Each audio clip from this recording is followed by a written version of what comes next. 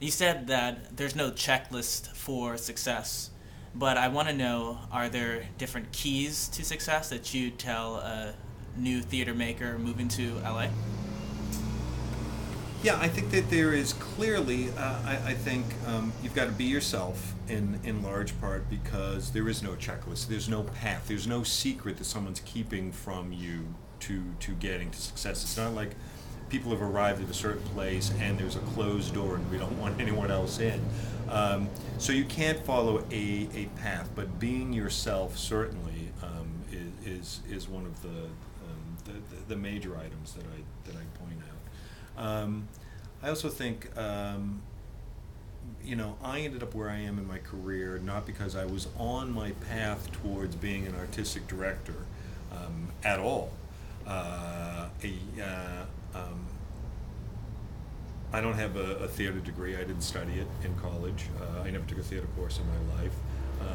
I certainly was not primed to be either a director or an artistic director, but I do know that if I go back over my career, that when I first moved to New York in the late '70s, the first job that I had gotten was running a follow spot off Broadway for $70 a week, and that was enough to keep me just barely living in New York. And at the time, it was both self-preservation for me, but also a bit of a philosophy in that, and something that I had heard from my father when I was growing up. All I wanted to be was the best follow spot operator in New York, and it's not that complicated a job, but it is one that you can be bad at, you can be good at, and you can be great at it. And I simply wanted to be great at it because it guaranteed me my $70 a week and allowed me to stay in New York.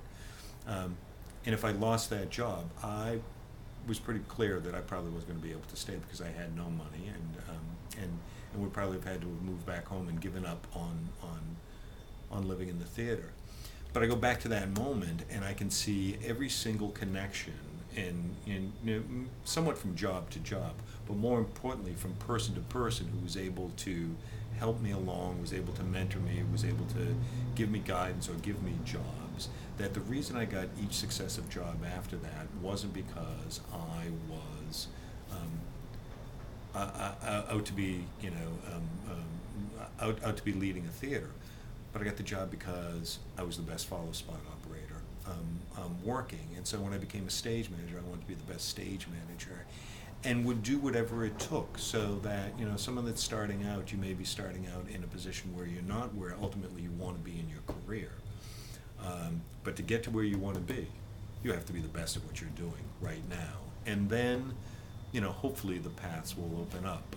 Not always true. There are a lot of very talented people in our business, extremely talented people, that for whatever reasons have not had the opportunities, not had the breaks, not had the moments come for them where they could take giant steps forward. But clearly, if you don't have that, from my perspective, you're not going to move forward at all. Sooner or later, you will plateau, and your aspirations will get diminished because of that. So, simply being the best, and human nature. And no matter how good you're at something, people want to work with people they want to work with. So there is, simple, good graces and a sense of humor and a desire to be part of, the team that's working at any given time goes a long way towards ultimate success. And it's not a word that existed when I was starting out, and in fact, I don't think I ever. In fact, I know I didn't actively do it. The idea of networking. It's less networking than it is being together with your friends and your peers and working towards something. Putting on your own shows for a nickel can be very gratifying to you, particularly when you're young. But also, the people you're working with then are the people you'll be working with in 25, 30, 40 years. And only a certain group moves forward, When you're starting out, there are, thousands of kids pouring out of, the drama schools now, or the drama programs, into our world, and our world can't absorb all of them. And so as the years go by, you see each successive class winnowing down to a smaller group that in a sense survive, and occasionally thrive within the theater community.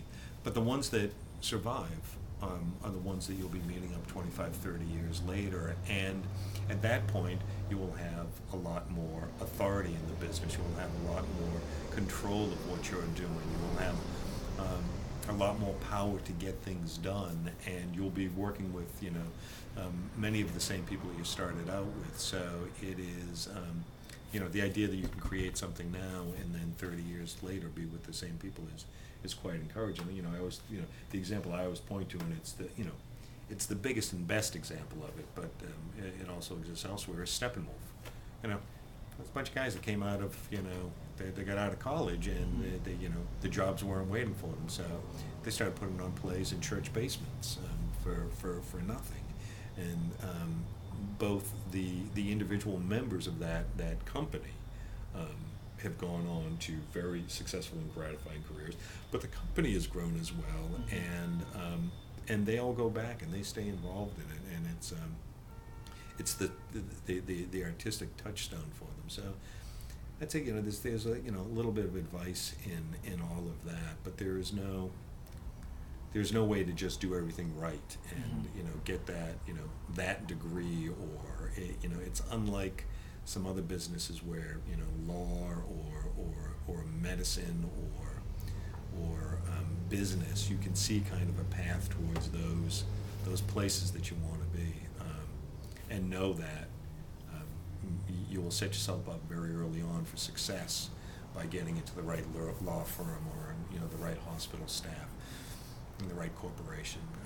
That's not going to happen in the theater. It's too random, but you can put yourself in a position for good luck to come your way.